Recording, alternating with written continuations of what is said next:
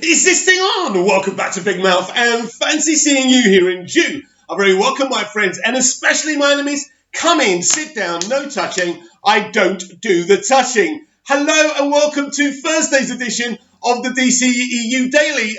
Trying to get my words out. If you're feeling charitable, please subscribe to the channel or hit the like button as well. Tell everyone about the channel, please, please, please. If you like me, if you like this, please. Follow me on Twitter at Movies TV Mad. So today, on today's show, we will start off talking about Patty Jenkins' full vision for the Wonder Woman DCEU universe. That's to come. And Geoff Johns has a big involvement because she confirms in this article that now Geoff Johns, as he's always been, is her co-partner on this vision and on this project. Very interesting. We will talk about that. We will talk about Michael Rosenbaum, who played Lex Luthor, and his connection to the Suicide Squad, or the connection that could have happened. We'll also discuss the fact that James Gunn has revealed that the whole of the Suicide Squad movie was shot in 4K. This will be a full IMAX experience. And we will finish off talking about Black Adam versus Henry Cavill's Superman, maybe. I have a theory. So let's begin. Wonder Woman director Patty Jenkins has plans for a third movie and Amazon spin-off. The highly anticipated sequel to 2017's Wonder Woman won't be arriving in theatres until late this year, but franchise director Patty Jenkins and Warner Brothers are already planning out the future of the character. Beyond Wonder Woman 1984, Jenkins and Wonder Woman star Gal Gadot have already confirmed that they have ideas for Wonder Woman 3, and there have been reports of a spin-off movie set in the same universe, focusing on the Amazonians. As it turns out, Jenkins already has a full story arc set for Diana Prince that spans 3 Wonder Woman films and the Amazon spin-off. During a recent interview with Total Film magazine via Game Radar, Jenkins spoke about the future of Wonder Woman on the big screen. While she isn't ready to go all in on Wonder Woman 3 until 84 hits theatres, she revealed that she's got a clear plan in place for the entire franchise going forward. I'm not going to nail down a fresh thought about it until this movie comes out because I kind of want to give myself a palate cleanser and be fresh of mind, Jenkins told Total Film. But yeah, there's an arc that I have in mind for the first movie, then the second movie, and then the Amazon movie, and then the third movie. The way Jenkins lays out those plans, it seems like the Amazon spin-off movie would come before Wonder Woman 3. That said, she has no intention of directing that project and would rather let someone else take charge. I'm not going to direct it, hopefully, she said, of the Amazon spin-off. I'm going to try really hard not to. It's not going to be easy, but Wonder Woman 84 co-writer Geoff Johns and I came up with a story. With the story, and we sold the pitch, and we're going to get it going. I'll produce it, for sure. Wonder Woman 84 was supposed to be hitting theatres in June, lining up with the release date of the first Wonder Woman nearly 3 years ago. However, due to the coronavirus pandemic, or COVID-19, because coronavirus is a family. Influenza is part of that family. COVID-19 is actually the virus we're fighting against right now. So, push the film back to August, hoping that will give things enough time to get back to normal. Wow. So, that's not all Patty said. She also was pushed again on the question if Wonder Woman 84 is a sequel or a reboot.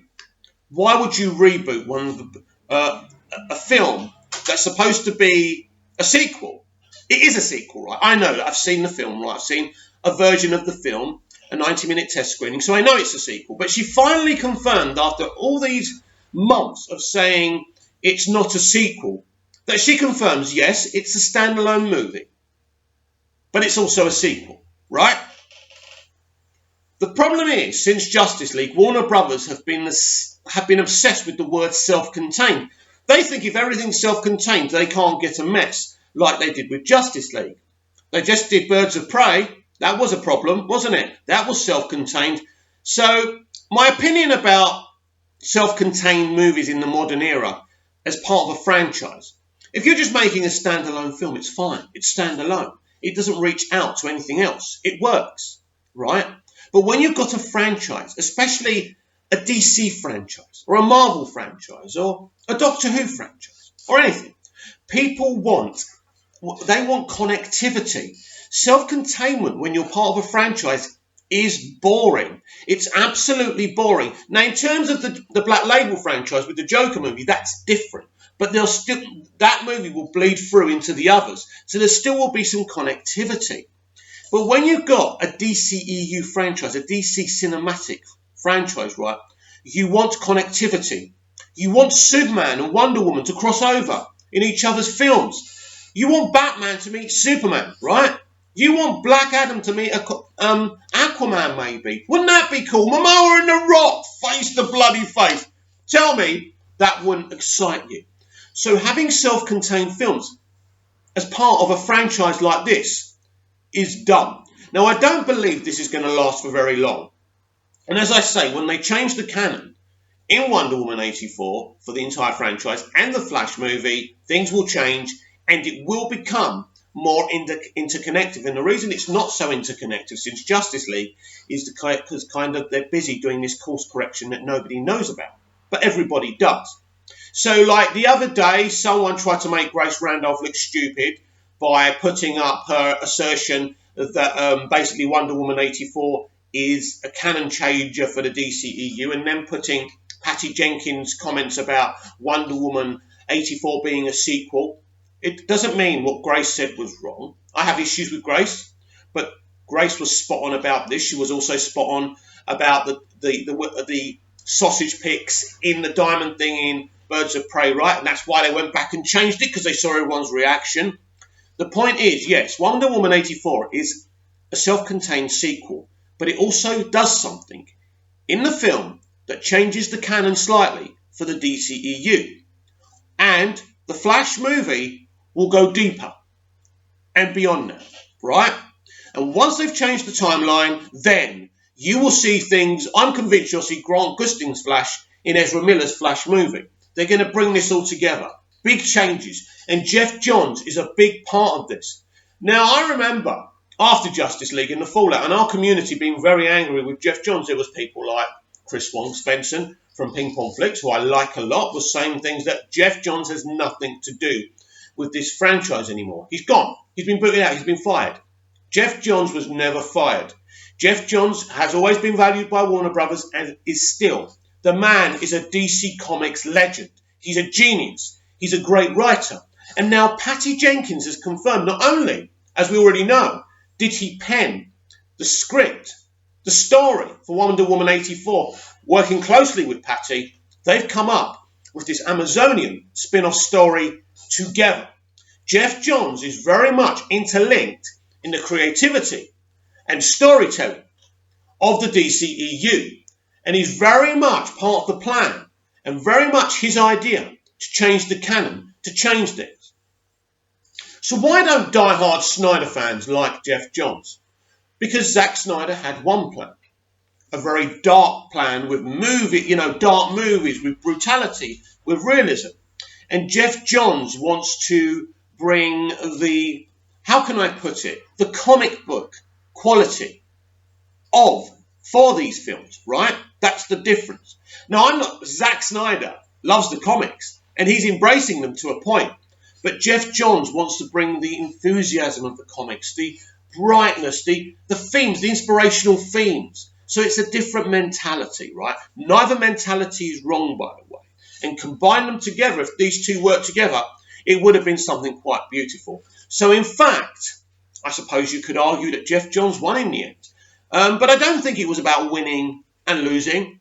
It was about, it was just about the problem is, of course, and I go back to the self-contained thing, and it doesn't work, and I don't think the films have consistently made more money because of the self-containment. Shazam actually had a lot of Easter eggs in it, right? So that kind of said, this is part of the DCEU. Loud and proud, which was great.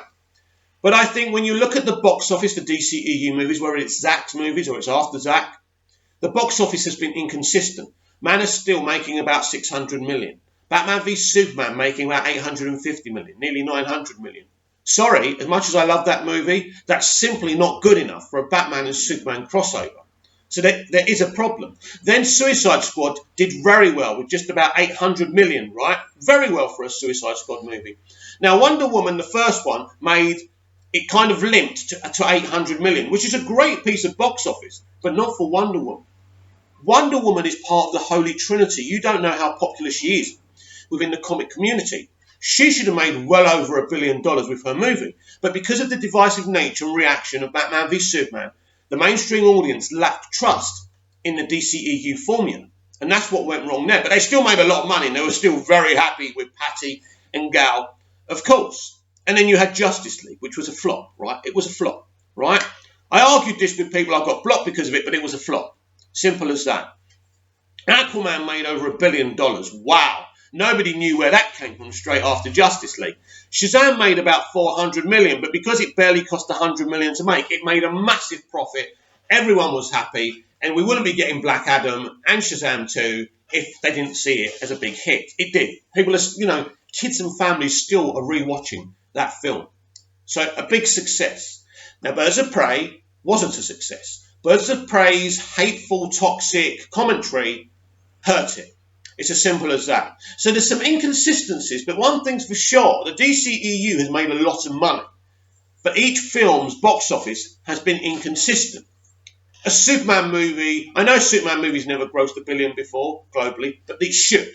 You should be able to make a film that grosses over $1 billion.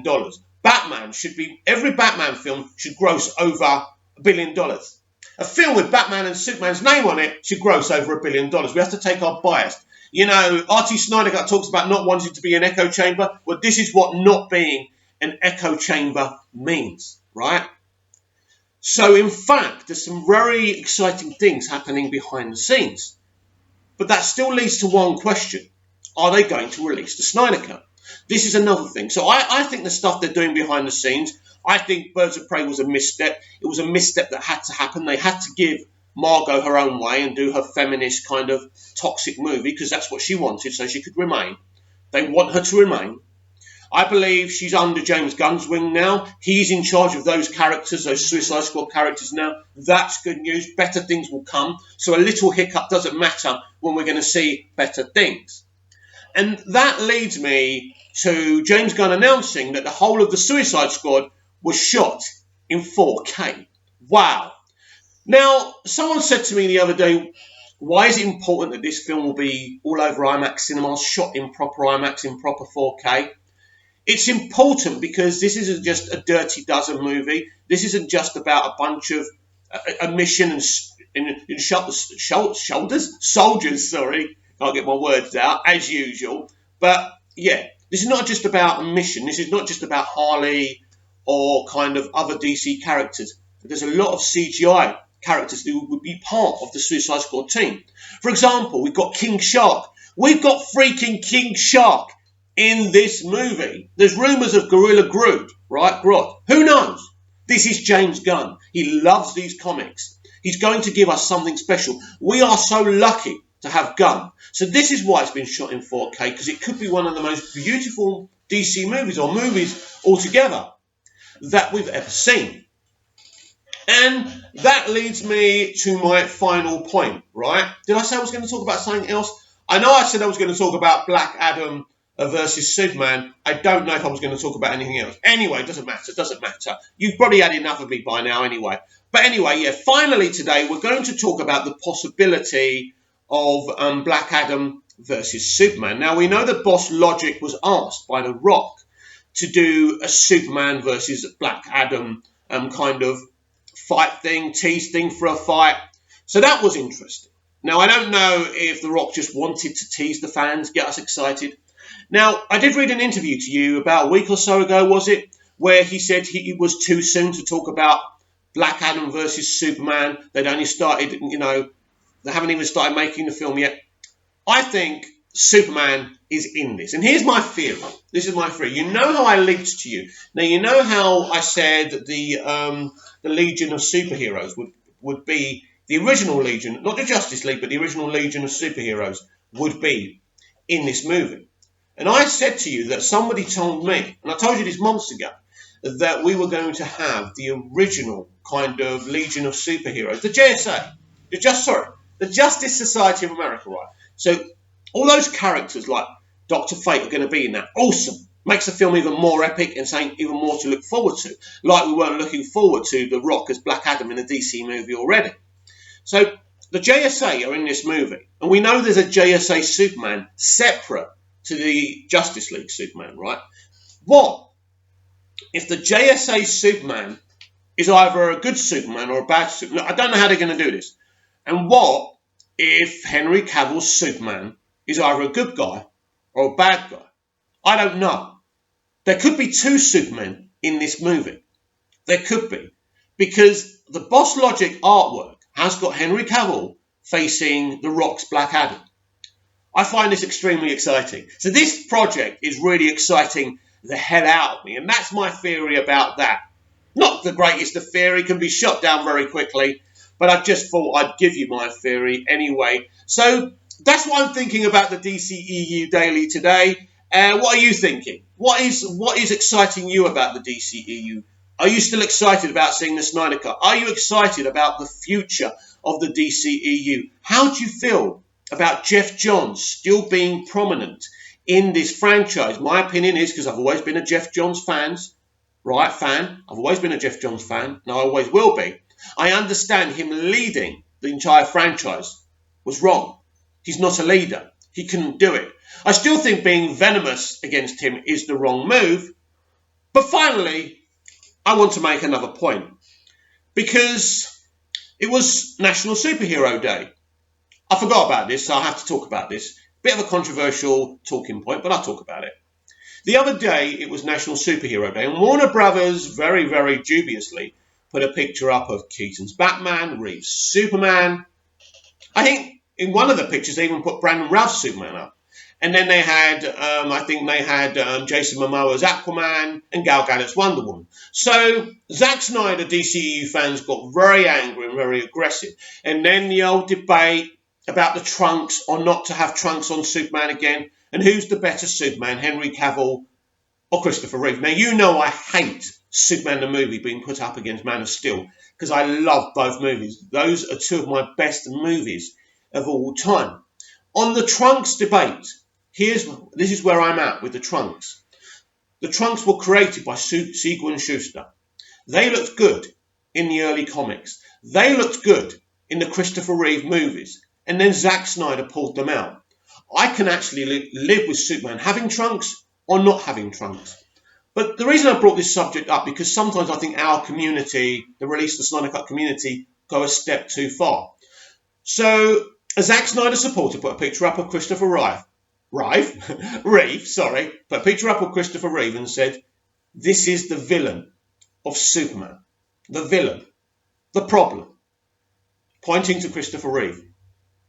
How can anyone who supports the Man of Steel movie, who supports a Superman movie, post a picture of Christopher Reeve as Superman and say, he's the villain. He's the villain of Superman. Without Christopher Reeve, personally, I would never have fallen in love with this character. Without Christopher Reeve, I would never have been obsessed with Smallville. Without Christopher Reeve's Superman movies, I would never have watched Man of Steel or been interested in Man of Steel because I wouldn't have fallen in love with this character. It's a domino effect. Stop it. Stop it. You can love Zack's DCEU. You don't have to appreciate Christopher Reeve or even like his Superman. But saying things like that are disgusting. And I don't want people like that to have anything to do with me. And that's just my point of view. Right, comment down below, like, share and subscribe. I'll be back tomorrow with even more DCEU Daily. And maybe one day I can finally announce that a Superman movie will be in post-production. Hopefully, fingers crossed. See you again soon.